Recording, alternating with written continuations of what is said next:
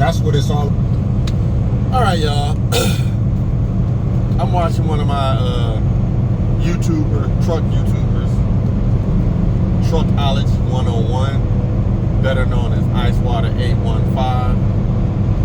And I'm just gonna make this video and put my 2 cents upon his information.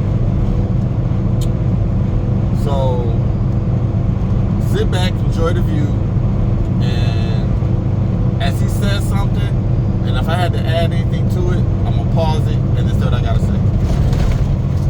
About here in trucking. So with that being said, if you stick with me to the end of this video, it's gonna change your whole perspective over trucking. I ain't got no whiteboard, but what I got is these note cards right here, so I make sure that I don't forget nothing.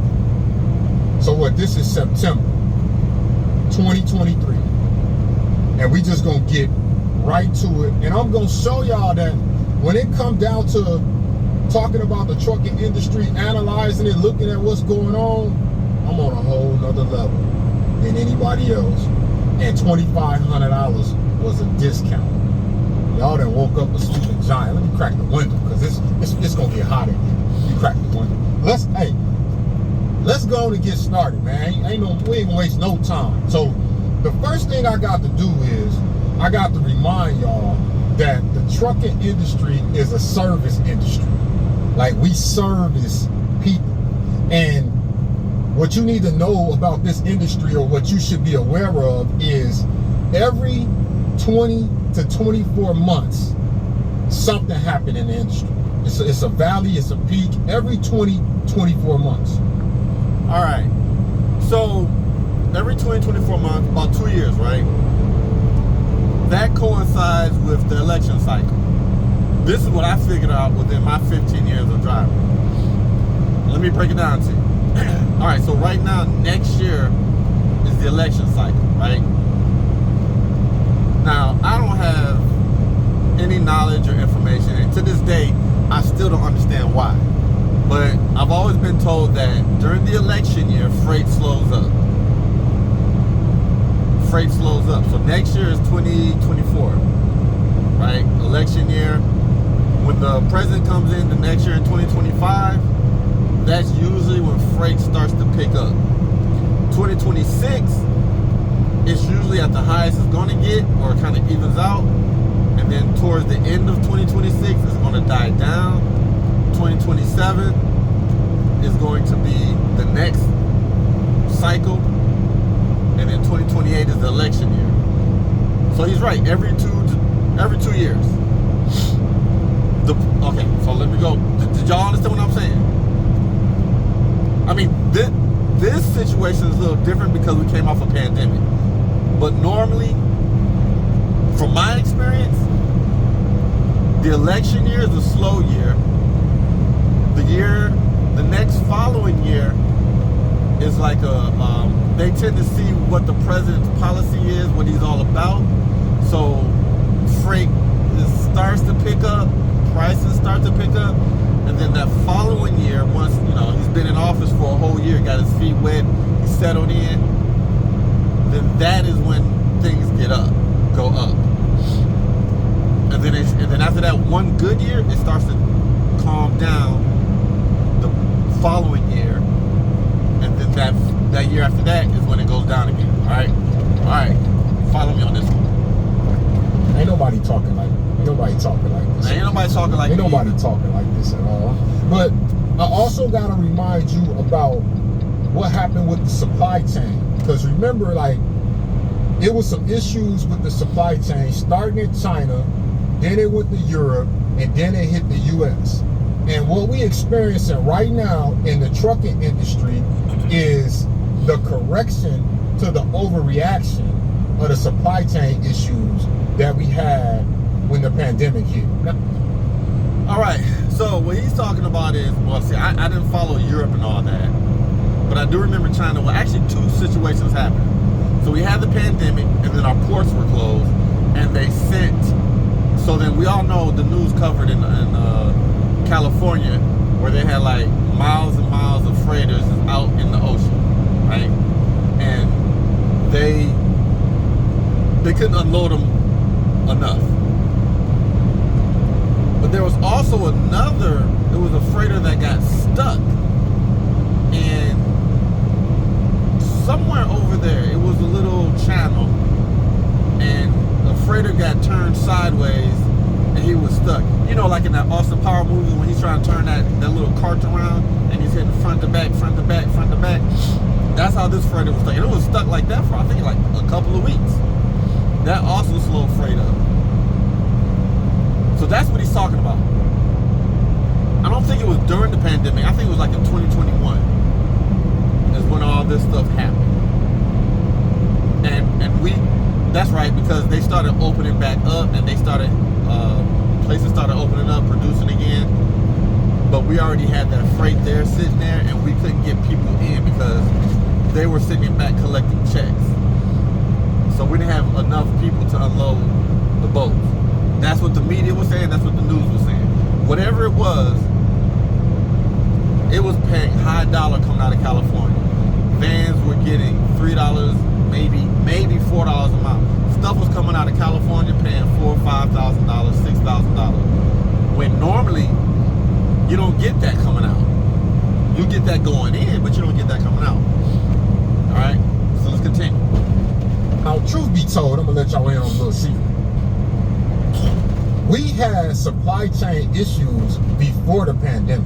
They just never was addressed, and they actually still ain't being addressed. But that's for a whole nother video. So let me get that out the way. Now we got that out the way. Now that we on the same page about what trucking is and about how we got where we are right now in trucking, let's do this. Let's make sure we understand that the foundation of trucking is supply and demand. Right. Supply and demand. When there is a demand of a product or a service, then there's a supply for it. Remember that. Stay with me. Stay with me. I know you done heard it all through trucking, but stay with me, please. No. See, a lot of the analysts that come on YouTube and do videos, they base their talks, they base their predictions around tender rejections and available capacity, meaning the equipment. And for me, I can't really come on here and base my talk and my information off that, because I honestly, the real reason why, I don't know where that information comes from. If I can't verify the information, I don't want to give it to y'all. I don't. I'm not. Okay. I agree kind of with him right there about verifying the information. So when you're watching the news and they're telling you all this stuff and the statistics and the numbers, we don't know it. Sometimes they get it from like a polling area or just a trend that they keep track of. Tender rejections, if I remember right, are when companies turn down the price of freight. I think that's because tender has to do with money. Okay, why? So you slow me up just so you can speed up. Anyway, let's get back to it. I'm not that type of person. I'm not on here to act like I'm smarter than somebody else. I learn something new about the trucking industry every day. I constantly learn about the trucking industry. That's why I'm so good at what I do. That's why people pay me to say they trucking company. That's why I consult for people. I consult for companies because I constantly learn about logistics, every part of it. Not just driving the truck, not just fixing the truck. Every part of it. Got that out of the way. See, the other analysts base their videos on what has happened in the prior week. I was there, like we was there as people in the trucking industry, so we know what has happened. That's kind of like, in my opinion, what they're doing, which is levels to this. That's why it's levels. Listen, what they doing is they following the ambulance. To me, that's an ambulance chaser. I'm not an ambulance chaser. See, right, he lost me on that. I don't understand what he's talking about. I guess because if I make a video at the end of the week talking about how freight was in the past, like, am I chasing the ambulance?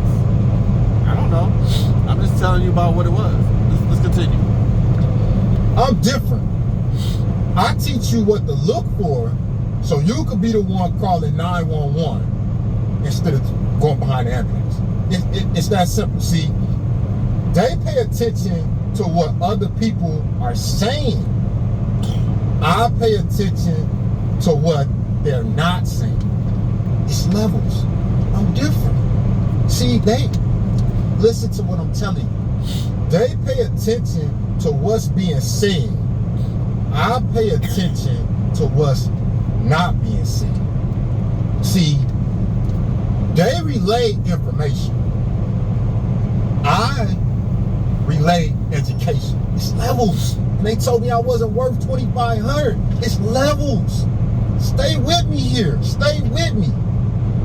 See, they tell you how to react to what has happened. I tell you how to prepare for what is about to happen. It's levels. I'm different.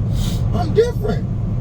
See, they get their information from Google. I sell my information to Google scholars. They tell you to gather the scraps that's left over. I tell you how to make the kill. It's levels. I'm different. I'm different. They tell you how to run harder. I tell you how to run smarter. I'm different. It's level. Okay. All right. To me right now, he's not really saying anything. He's boosting himself up. That's what it sounds like to me. He's not really telling me anything right now. He's just saying, they say this, I say that. They say this, I say that. Now, so yeah. Now, how to run smarter. It always comes down to money, but guess what? How running smarter for me, what's that old saying? Work smarter, not harder. So you want to pull less freight for more money. Here is the key. You can't require top dollar when they're not offering top dollar. As you said before, demand, supply and demand. This is the key. Pandemic was a perfect situation. There was a demand. A lot of places closing down. People couldn't work. There was a demand. The government pumped money into the system. They paid more money. We got more money. When the government pulled out and stopped pumping money into the infrastructure or into the freight, then the dollars went down, and everybody was complaining that it used to go for this. I used to get $4 a mile for this. Now I'm back down to $2 a mile. And everybody want to complain about it. You have to move with the flow. If enough people come and build a dam for the water, then it stops everything. Basically what I'm saying is, if enough truckers can band together to stop freight, then they will be forced to listen to us. But from talking to my mom and dad and then doing a Google search, there was a time, I think in 81 or 84, when the truckers did shut down. And President Reagan, or former President Reagan, activated, I think it was the National Guard on the truckers. It wasn't terrorism back then, but it was an act of something that he declared. And that stopped everything. And that's when the regulations started coming in, because they were taking power away from the truckers. Anyway, so let's get back to this. Levels. It's levels. A lot of the stuff the other analysts they repeat, they don't even understand it. And I surely hope they don't believe it. It's levels to analyzing trucking. And I'm on a very high level, and I don't see no neighbors. And in this video, I'm going to prove to you another level. I'm gonna give you my take on the industry, and you ain't gonna hear this. When you hear this somewhere else, you know they got it from me. When I'm gone, they gonna study my bones after this video. All because they didn't want to give me that little 2,500. My fee gonna go up after this video.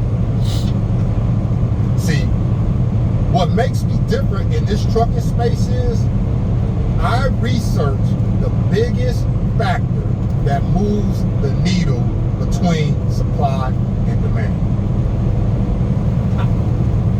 Ain't no other way to put it. I research the biggest factor that moves the needle between supply and demand. That's what makes me. That's what makes me worth $2,500. That's what puts me on this. It's them here and me here. I understand. Okay, let's stop right here. So, he's not telling us what the biggest factor is. I'm guessing it's demand. But supply and demand is like light and day. You can't have one without the other. I'm guessing that's what he's talking about. I don't know because I stopped it. He went on to another topic. So this right here reminds me of people that are trying to sell something. Like, you know, you see those videos where it says, okay, if you want to know how I do this, just continue listening to what I'm doing. And I tell you, every time I do this, I get people that are, you know, they just keep egging you on and on. You like, come on, get to the point. That's how he sounds right now. That the biggest factor in supply and demand is consumer spending. You're not gonna hear, they're not talking like this. Oh, my bad. Let me rephrase that. So he did tell us, consumer spending, right? That's part of demand and supply. I've seen this part before. I'm gonna let it play out. On the mother channel. The more people spend, the more demand. It's that simple. It's easy. It's easy. Demand is the most important piece of the supply and demand equation. Let me say that again for the people in the back. Demand is the most important piece of the supply and demand equation. If there's no demand, the supply of trucks doesn't matter. If there's no demand, it doesn't matter how many trucks you have. It don't. The tender reject, it don't matter. The supply of trucks only affects the price and the rate. And I know y'all like this voice. I know I sound boring right now because I'm not talking they talk. I'm talking my talk. So now we get to talking about price and rate. You're like, whoa. That's important, right? Yeah. Okay, I'm gonna get to the price rate. So you can't have consumer spending without a demand. And without a demand, you can't have a supply. So think about it like this. If you want to buy something and nobody has made it yet, then there's no demand for it. So you have to create the demand once you make the supply. Are y'all following me on that one? You can't demand something that's not in supply. And first of all, consumers that spend have to have the money to spend.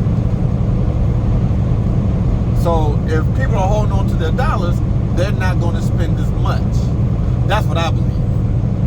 A lot of people were talking about with the government pumping money in and paying people to stay home, that it was going, and then they were and they wanted to stop inflation. No, when they were pumping money in and people were making that money and not doing any work, they were buying more stuff, right? During the pandemic, people were home, they were buying more stuff. So it was a bigger supply. I mean, it was a bigger demand, but it wasn't enough supply because a lot of places didn't have full capacity of workers. So that created a demand for short supply.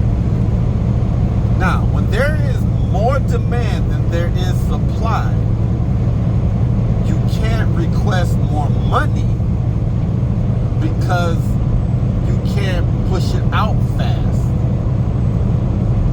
Okay, let me break it down like this. Let's say there's a big demand of milk, right? Everybody needs milk. But the milk, they're not producing milk like that. The price of milk is going to go up because the people who are selling milk can charge more because it's a bigger demand. But us pulling the freight, we can't charge more because we don't set the price. It's like buying a house. When there are more houses than people, the price of the house goes down. When there are more people than no. Okay. I'll stick to the milk. More people are buying milk. The people who are selling milk need more milk. We ship the milk. The person that's shipping the milk is not going to pay top dollar to the highest bidder. You follow me? Because they're in charge of the supply. All right. I think you're on the same page as me. Let's go. It is important. It is. It is. I ain't gonna lie to you. It is important. And you're not wrong for thinking that the price is important or for you thinking just how important the price is. I disagree with that, but I understand why you feel that way. And let me tell you why I disagree with that and what separates me from everybody else. See, because I understand that the price is important just like you, but I understand that being able to identify the things that affect consumer spending is the most important thing in the industry. I'm gonna run that back. I know this talk is foreign to y'all. Y'all not used to this. Y'all not used to this. I understand that price is important, but I understand that being able to identify the things that affect consumer spending is the most important thing in the industry. All right, understanding. So when there are more trucks than supply, when there are more trucks than supply, right? Oh, Amazon. So if there are more trucks that are moving Amazon, but Amazon, I don't know how to explain that to y'all because to me, I think it's easy to understand. When there's more, because I had it backwards. I'm sorry. I was talking about demand. I'm talking about supply. The trucks are the supply, not the milk. The trucks are the supply. Okay. All right, I got it now. I was messed up. My bad. So getting back to the milk as the demand. The demand is the milk and the shipper. Okay, so when the shipper doesn't have enough supply, then you're right. Then you're going to need trucks to get it to where the demand is. So yeah, in that thing, it will pay more because the shipper needs to get his product out and get it to the people. Right. I was thinking of it backwards. When there are more trucks, and so if they need to move, let's say 10 milks, and there are 20 trucks, then they're going to go with the cheapest truck to save money. It's more, on the truck side, it's more supply than the demand side or the supply side with the milk. See, the trucking industry is in the middle of the supply and demand because we get it from point A to point B. So when there are more trucks than there is freight, they go with the cheapest one. If there are less trucks than and is more freight, then they can get it for more money because there's the demand to move the freight. As far as what he's saying about what moves in the price and the rate, I'm kind of torn on that because I believe supply demand. These brokers and agents, they get their contracts, like C.H. Robinson gets his own contract. Some of these trucking companies have the logistics, they have their own contracts, and they require to move so much freight or whatever, have so many trucks. So that's contracted rate at a certain price. And so I mean that's a little more deep inside. So let's finish here what he has to say. It's the most important thing in the industry for somebody that's running a business. If you can identify these things, then you can prepare for the market shifts. It's that easy. Click on the right video. Click on the right video.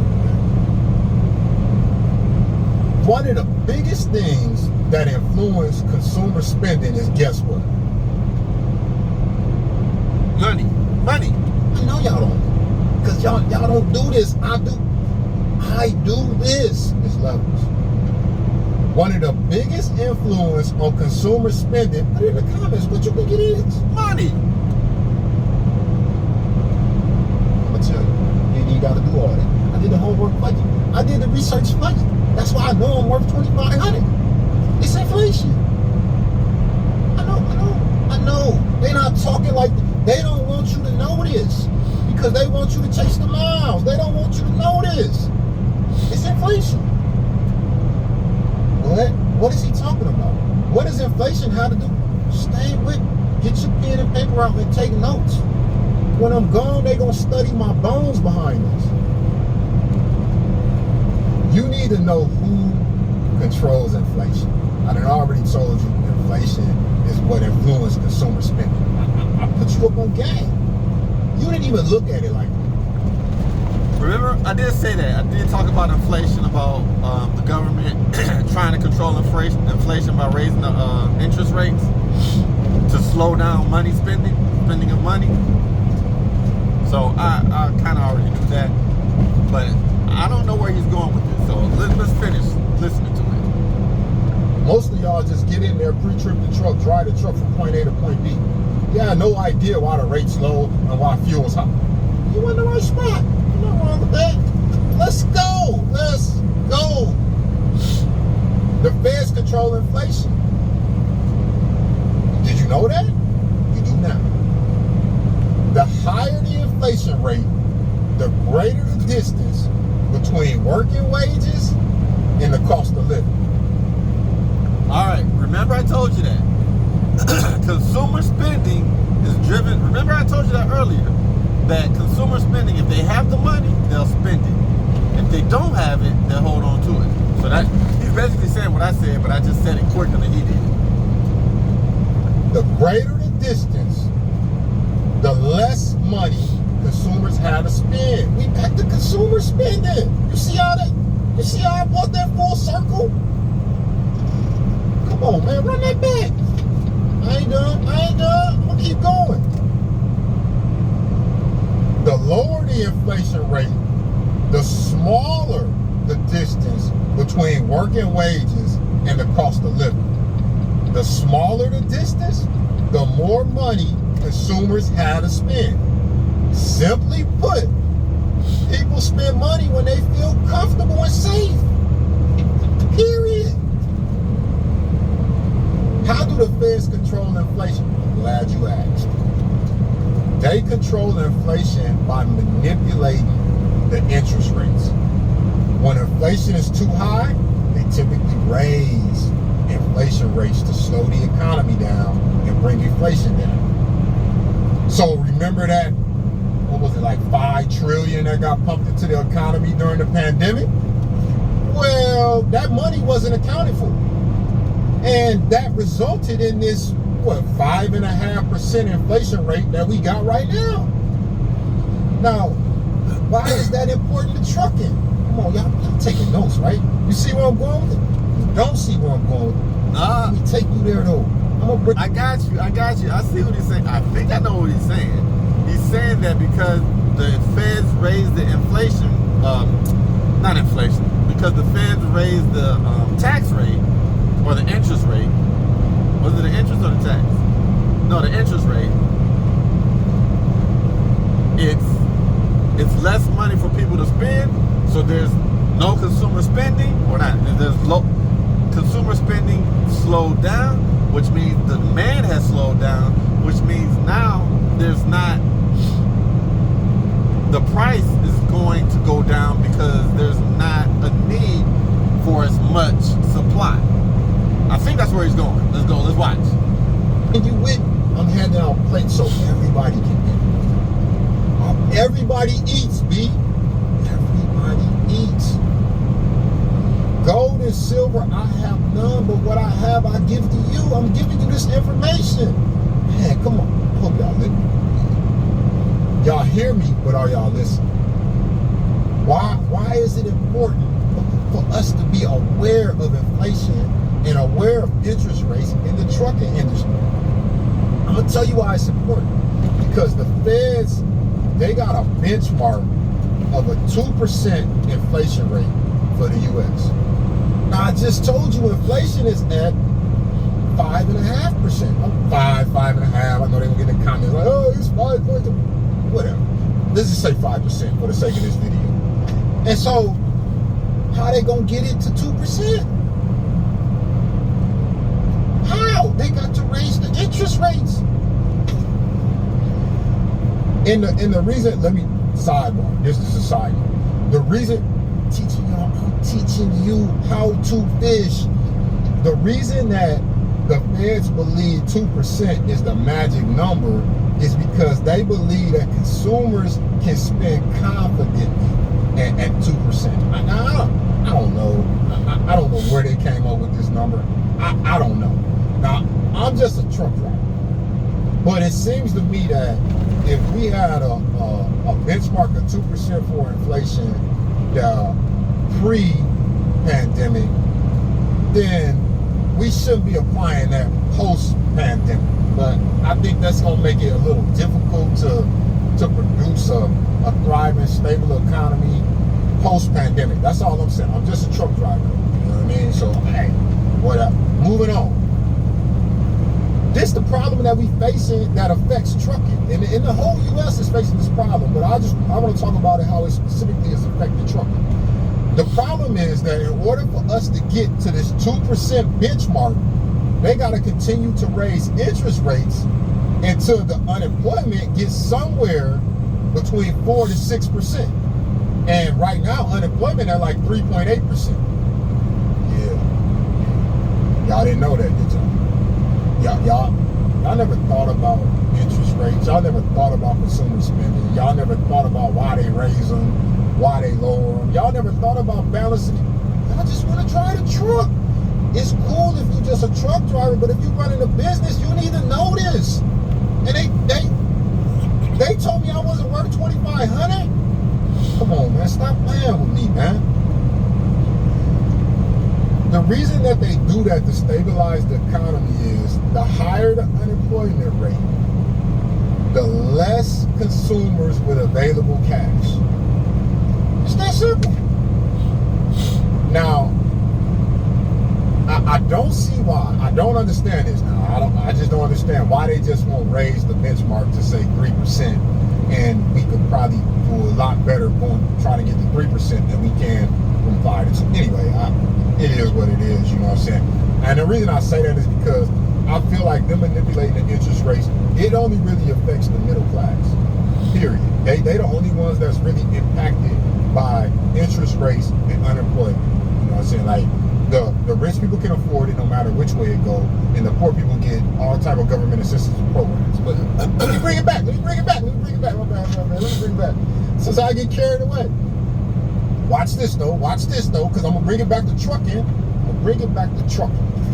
So, the higher the interest rates, the more uncomfortable and unsafe people feel, and scared people don't spend money. Consumer spending is what controls trucking. Consumer spending. It's funny because the distance between the cost to own a truck and the pay to operate a truck continues to increase, thus making it more expensive to run a truck daily. Okay, I agree with everything he said.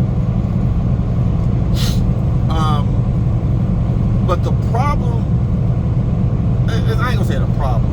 What I've noticed is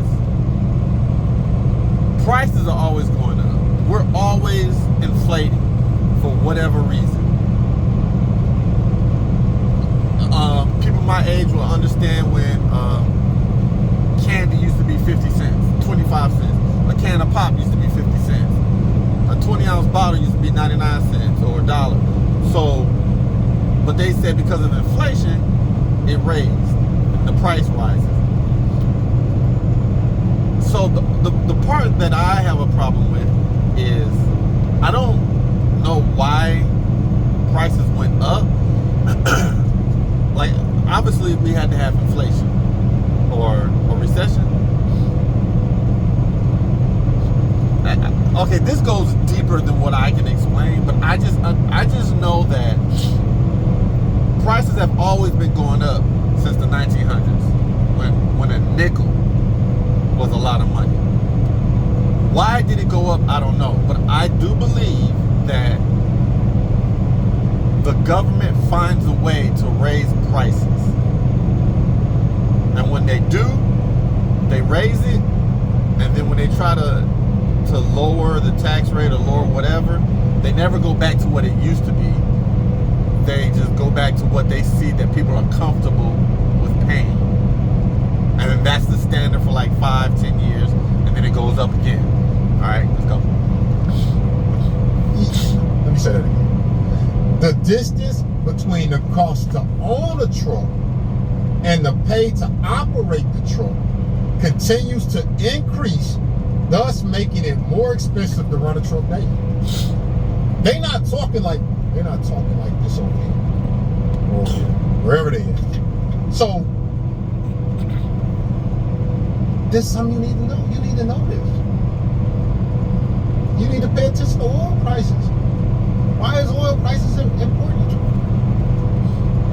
Oh, so for owner operators and small, like, what is it, up to like 20 trucks, 10 trucks, yeah, the cost of operating a truck and owning a truck is very high. But when you get into like the mega carriers or the regime or whatever, they get government subsidies. The government invests in those trucks because they're employing thousands of people, so they have to keep them afloat, and that's where they make their money.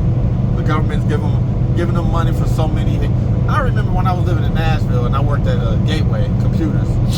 They literally came in and said the government is giving them money for every head that comes in and stays past a certain day. And then if we get fired or if we quit, we can claim unemployment. The government subsidizes farmers. They subsidize the train, the rail section, and they subsidize these trucking companies. They have thousands of drivers and thousands of workers. They're getting, it's like getting a grant. But a small owner operators, we don't get grants. Continue. The more I teach y'all, the dumber I get. I'm telling you. The price of oil is expected to continue to rise at the minimum until the end of the year because of the supply cuts by OPEC. That means for people in the trucking industry. If it's going to continue to rise, and they're saying anywhere between $95 to $100 a barrel in December, go back and look at what diesel prices was the last time oil was at $95 to $100 a barrel. And we talk about this at the end of December, when the volume of freight decreases and it costs you more diesel to operate your truck in the colder months. Come on, pay attention. It's not what they say, it's what they don't say that you need to be paying attention to. It's levels. It's levels. Now, the Fed just came out the other day, and that's why I waited to do this video, because I wanted to see what they were going to do with the interest rates. Now, honestly, they did exactly what I thought they would do with the interest rates, because I be doing my homework and I be doing my research. And I'm not surprised. I mean, we got Thanksgiving coming up. And we got Christmas coming up. And we got people that the student loans that are about to go back into, they don't have to make their payments. So the Feds knew if they raised the interest rates like right then, that the natives was gonna get restless. They knew that. They knew that.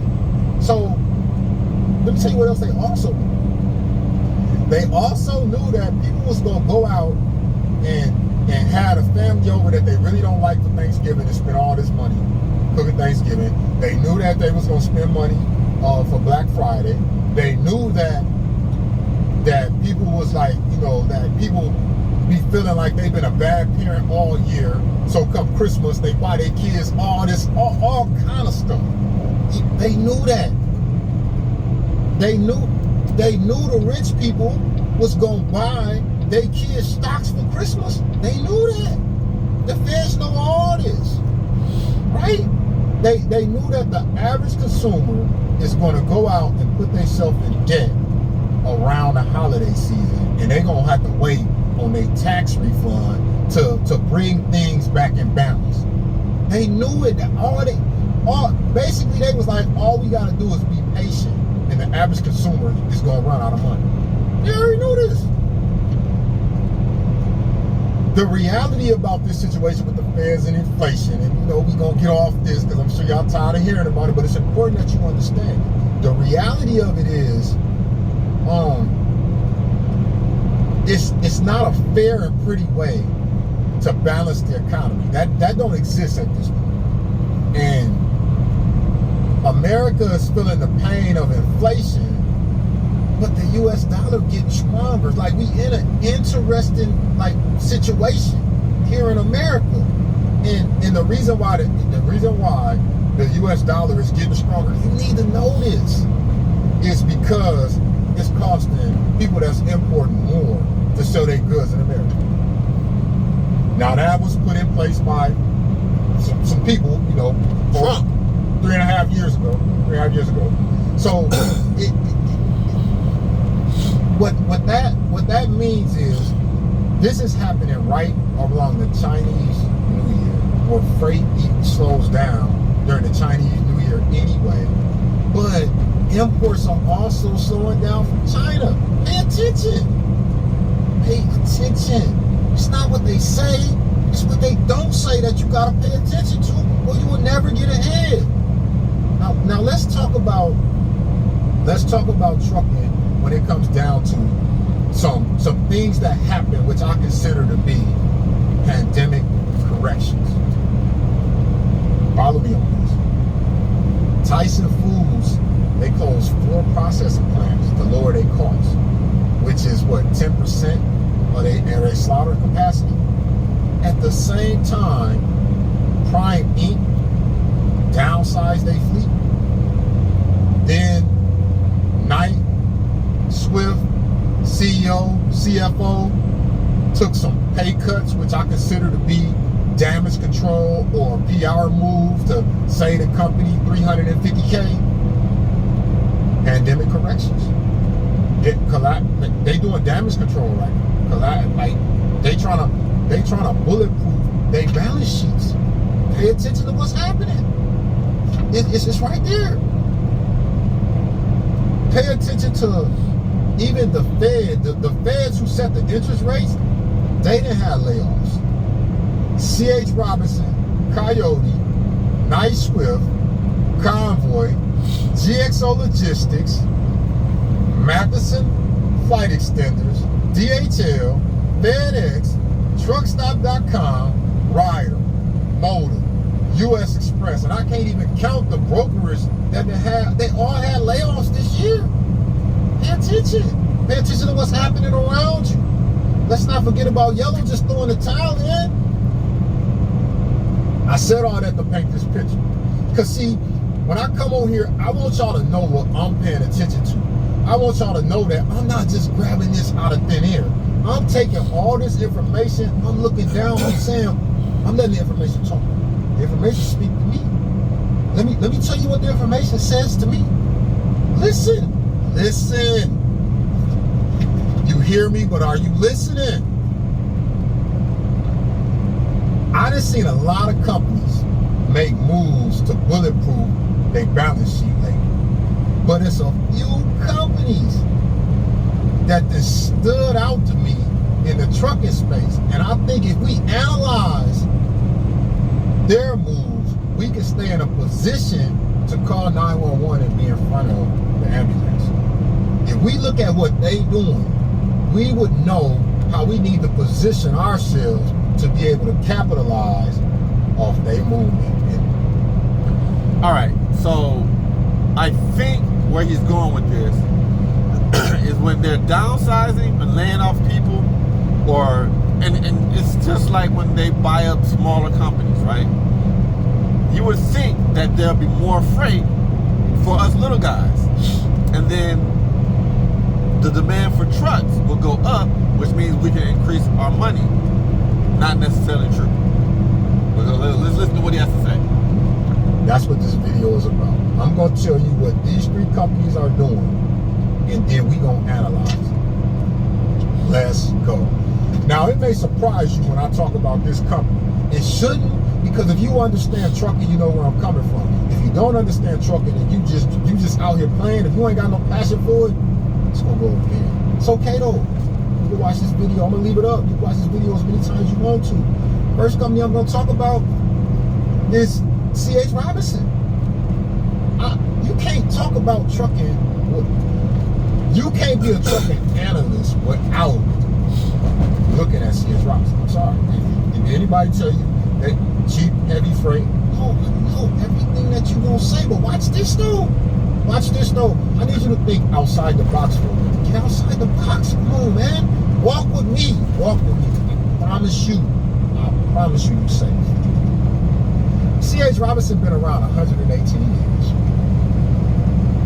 Even though their stock is down 15% over the last year, they only missed earnings by 0.01 for 2 straight quarters. That's crazy. That's in this market. That's impressive. And they continue to have a positive balance sheet. You can't argue with the facts. Somebody over at C.H. Robinson know what they do. Who it is, I don't know. All right, so this goes into play of like, stop taking cheap freight, right? Everybody keeps talking about this, but my argument back towards that is, well, I'm not gonna say argument. So everybody says stop taking cheap freight. Everybody wants transparency between the brokers and the company. I do too. We don't know how much they're taking off the top.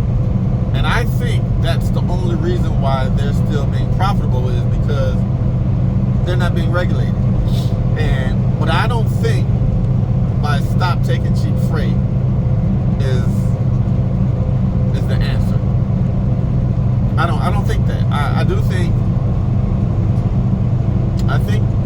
there has, because really there is a law or there is a rule in the Green Handbook, the FMCSA, where us as owner operators, we can request their paperwork on how much that freight really costs them. The problem is, for us small companies, it's too much of a hassle because they're not going to give it to us, and then they'll blackball us, or they won't deal with us anymore, and then they'll tell other people that we're difficult to deal with, and now we're out here struggling. So they have too much power. That's basically what it is. We need to take some of that power away. All right, let's get back. Even though they laid people off, watch this. Even though they laid people off, they still opened a 400,000 square foot facility in Laredo. Yeah. I know y'all might have missed it, or might not have understood it when y'all seen it. Like, what is C.H. Robinson doing? That's what you got. What is C.H. Robinson doing in Laredo? Why would they do that? Hold on.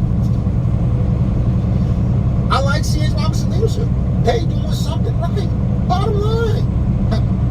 When I first started, when I first started trucking, I didn't have these reserve money everybody talking about you start with. How I got started is, when I got my authority, I hooked up with C.H. Robinson, and every load that I booked, I would take half of the money up front for diesel. That's how I ran. And I had a budget of $40 a week that I would spend on the road. I came up through the trenches of trucking. The rates they were giving me, they weren't all that, they wasn't good rates, but I didn't know that at the time. But I ain't got nothing bad to say about C.H. Robinson. Sorry. I like their leadership right now. Let me get back on track. They realize, at least I think they realize, I don't know because I ain't talking about C.H. Robinson. They realize that the trade relationship with China is heading south. They see it. They see it. So they double down on what they know best, and that's warehousing. Now, y'all might not know this, but a lot of factories are set to open up in Mexico in 2024, and I think that's going to shift a lot of the port freight to the border, coming across the border. Why else would they invest all this money in Laredo? They already had facilities down there. So to build a new one, you tell me what's going on. Another company we gotta look at. Another company. Walmart. Walmart been in the trucking space for 53 years. Watch this. Watch this. Watch this. Last year, Walmart opened up a 1.1 million square foot facility in Joliet, Illinois. It wasn't a distribution center. Don't confuse the two. Oh. This is what they consider to be a fulfillment center. This year, they opened up a 2.2 million square foot facility in McCordsville, Indiana. And they plan to open up 2 more in Greencastle, PA, and possibly Texas. So, why did this catch my attention? I'll tell you why. Because of the timing. They opening up these facilities at a time when retail theft is on the rise. Not only that, but they stock have been doing well even on days when the market's been down. Them opening up these facilities let me know that they have shifted their focus to getting products to the consumer faster. I'm paying attention to what Walmart's doing. They have chosen strategic locations for these 4 fulfillment centers, and they gonna need trucks to service them. Period. Another company that caught my attention that I'm gonna pay attention to, and this is how. Wish I could let y'all inside my brain here. J.B. Hunt. J.B. Hunt been around for 62 years. Now, a lot of people have mixed feelings about J.B. Hunt because of their dealings with deregulation of the trucking industry. Now, I wasn't in trucking back then, and honestly, if it wasn't for deregulation, then I wouldn't be in trucking right now. But from my research, the fatal flaw with the deregulation is that they modeled it after the railroad system and never addressed the problems that came from that. As this is what I think. I could be wrong. Like I said, a lot of people mad at J.B. Hunt or whatever, but I don't care how you feel about it. Listen to this. No matter how you feel about them, they were the first company to significantly reduce transit time when they started double stacking rail cars, and that catapulted the trucking industry. Now, I